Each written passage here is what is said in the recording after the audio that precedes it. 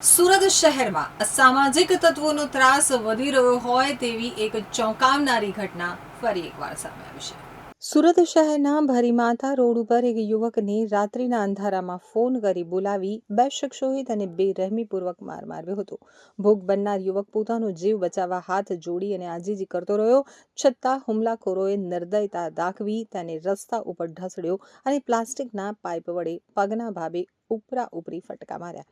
આ સમગ્ર હિંસક ઘટનાનો વિડીયો પણ બનાવવામાં આવ્યો હતો, જે સોશિયલ મીડિયા ઉપર વાયરલ થયો છે. પોલીસે આ મામલે 2 આરોપીઓની ધરપકડ પણ કરી છે અને આરોપીએ 2 હાથ જોડીને માફી પણ માંગી છે. મળતી માહિતી મુજબ ગત 1 મે 2024ના રોજ રાત્રે આ હિંસક ખેલ ખેલાયો હતો.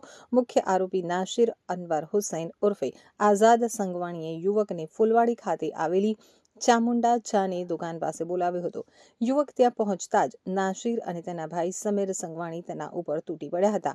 બંને ભાઈઓએ ગાળો આપી, ધક્કા મૂકીનો માર માર્યો હતો અને જાનથી મારી નાખવાની ધમકી આપી હતી. આ આઘાતજનક ઘટના અંતે ભોગ બનનારે 5 મેના રોજ ચોક બજાર પોલીસ મથકમાં ફરિયાદ નોંધાવી હતી.